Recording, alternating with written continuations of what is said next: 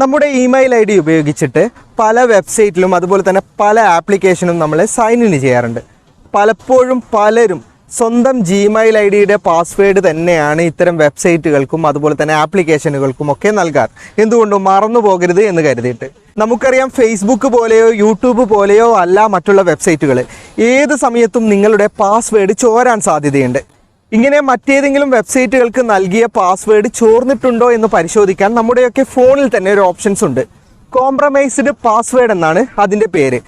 അതായത് നമ്മുടെ അതേ മെയിൽ ഐ ഡിയും പാസ്വേഡും ഉപയോഗിച്ചിട്ട് മറ്റാരെങ്കിലും ആ വെബ്സൈറ്റ് സൈൻ ഇൻ ചെയ്തിട്ടുണ്ടെങ്കിൽ അത് കോംപ്രമൈസ്ഡ് പാസ്വേഡിൻ്റെ അകത്ത് പോയിട്ട് നിൽക്കും.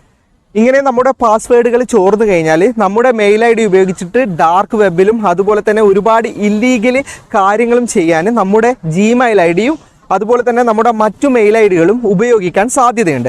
അപ്പോൾ ഇതെങ്ങനെ തടയാം, എങ്ങനെ നമ്മുടെ പാസ്വേഡ് ചോർന്നിട്ടുണ്ട് എന്ന് കണ്ടെത്താം എന്നൊക്കെയാണ് ഇന്നത്തെ വീഡിയോയിൽ ഞാൻ പറയുന്നത്. അപ്പോൾ വീഡിയോ മുഴുവനായിട്ട് കാണുക.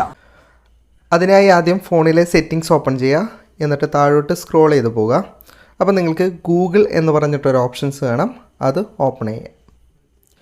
എന്നിട്ട് നിങ്ങളുടെ മെയിൽ ഐ ഡിയുടെ തൊട്ട് താഴത്ത് മാനേജ് യുവർ അക്കൗണ്ട് എന്ന് പറഞ്ഞിട്ടൊരു ഓപ്ഷൻസ് ഉണ്ടാവും, അതിലേക്ക് ക്ലിക്ക് ചെയ്യുക.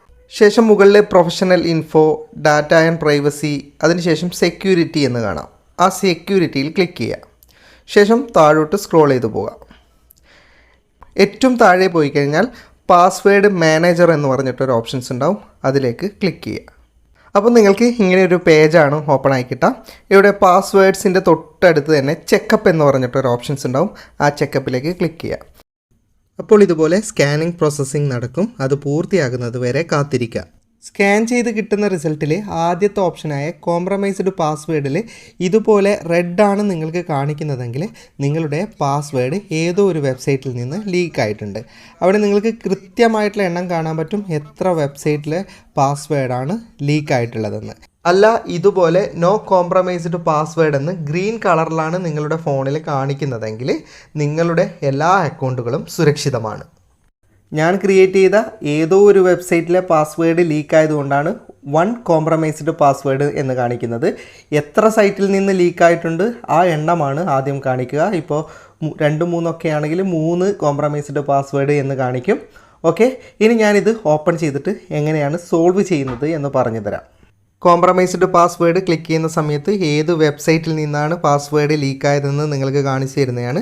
ഇപ്പോൾ bitport.io എന്ന് പറയുന്ന വെബ്സൈറ്റിൽ നിന്നാണ് എൻ്റെ പാസ്വേഡ് ലീക്കായിട്ടുള്ളത്. ഏതോ രാജ്യത്തിൽ നിന്ന് ഏതോ ഡിവൈസ് ഉപയോഗിച്ചിട്ട് ഈ സൈറ്റിൽ എൻ്റെ യൂസർ ഐ ഡിയും പാസ്വേഡ് ഉപയോഗിച്ചിട്ട് സൈൻ ഇൻ ചെയ്തത് കൊണ്ടാണ് ഈ ഓപ്ഷൻ ഇതിൽ കാണിക്കുന്നത്. ഇനി ആ വെബ്സൈറ്റിൽ പോയിട്ട് അതിൻ്റെ പാസ്വേഡ് ചേഞ്ച് ചെയ്യണമെങ്കിൽ നിങ്ങൾക്ക് ചേഞ്ച് പാസ്വേഡ് എന്ന് പറയുന്ന ഓപ്ഷൻസ് കാണാം. അതിൽ ക്ലിക്ക് ചെയ്യുന്ന സമയത്ത് ഏതെങ്കിലും ഒരു ബ്രൗസർ ഓപ്പൺ ആയി കിട്ടും. എൻ്റെ ഇതിൽ ഗൂഗിൾ ക്രോം ഇല്ലാത്തത് കൊണ്ടാണ് ഫ്രീ ആഡ് ബ്ലോക്കർ ഓപ്പൺ ആകുന്നത്. എന്നിട്ട് ജസ്റ്റ് ആ ബ്രൗസർ കൊടുത്തു കഴിഞ്ഞാൽ അതിൻ്റെ സൈറ്റ് ഓപ്പൺ ആവും. എന്നിട്ട് നിങ്ങൾക്ക് അതിൽ നിന്ന് പാസ്വേഡ് ചേഞ്ച് ചെയ്യാവുന്നതാണ്. ആ വെബ്സൈറ്റിലെ പാസ്വേഡ് മാറ്റിയാൽ സുരക്ഷിതരായെന്ന് തെറ്റിദ്ധരിക്കരുത്. നിങ്ങളുടെ ജിമെയിലിൻ്റെ അതേ പാസ്വേഡാണ് നിങ്ങൾ മുൻപ് വെബ്സൈറ്റിൽ കൊടുത്തിട്ടുള്ളതെങ്കിൽ ആരാണോ ആ സൈറ്റിൽ നിന്ന് നിങ്ങളുടെ ജിമെയിൽ ഐ ഡിയും പാസ്വേഡും ഹൈജാക്ക് ചെയ്തത് അയാളുടെ കയ്യിൽ നിങ്ങളുടെ ഒറിജിനൽ ജിമെയിൽ ഐ ഡിയുടെ പാസ്വേഡും ഉണ്ടാകും. അതുകൊണ്ട് തന്നെ നിങ്ങളുടെ ഫോണിലെ ജിമെയിലിൻ്റെ പാസ്വേഡ് കൂടി ചേഞ്ച് ചെയ്തിട്ട് 2 സ്റ്റെപ്പ് വെരിഫിക്കേഷൻ ചെയ്ത് വെക്കണം. അല്ലെങ്കിൽ ഏത് സമയത്തും നിങ്ങളുടെ ജിമെയിൽ ഐ ഡി വീണ്ടും മിസ്യൂസ് ചെയ്യാൻ സാധ്യതയുണ്ട്. അതിൻ്റെ താഴത്തുള്ള 2 ഓപ്ഷനും കൂടി ഞാൻ വളരെ പെട്ടെന്ന് പറഞ്ഞു തരാം. റീയൂസ്ഡ് പാസ്വേഡ്സ് എന്ന് പറഞ്ഞ ഓപ്ഷൻസ് കാണാം. അതായത് നിങ്ങൾ ഒരേ പാസ്വേഡ് തന്നെ ഒരുപാട് ആപ്ലിക്കേഷനിലും വെബ്സൈറ്റിലും ഉപയോഗിച്ചിട്ടുണ്ടാവും. അത് നിങ്ങളുടെ ജിമെയിലിൻ്റെ പാസ്വേഡ് അല്ല ഉപയോഗിച്ചതെങ്കിൽ അത് പ്രശ്നമുള്ള കാര്യമല്ല. കാരണം ഓരോ സൈറ്റിനും ഓരോ പാസ്വേഡ് പോസിബിൾ അല്ല, മറന്നുപോകും. അപ്പോഴും മറ്റുള്ള സൈറ്റിലൊക്കെ ഒരേ പാസ്വേഡ് ഉപയോഗിച്ചാൽ പ്രശ്നമല്ല. പക്ഷേ അത് ജിമെയിലിൻ്റെ പാസ്വേഡ് ആണെങ്കിൽ അത് മാറ്റിയിട്ട് ആ സൈറ്റിലൊക്കെ മറ്റുള്ള പാസ്വേഡ് കൊടുക്കാൻ ശ്രമിക്കുക.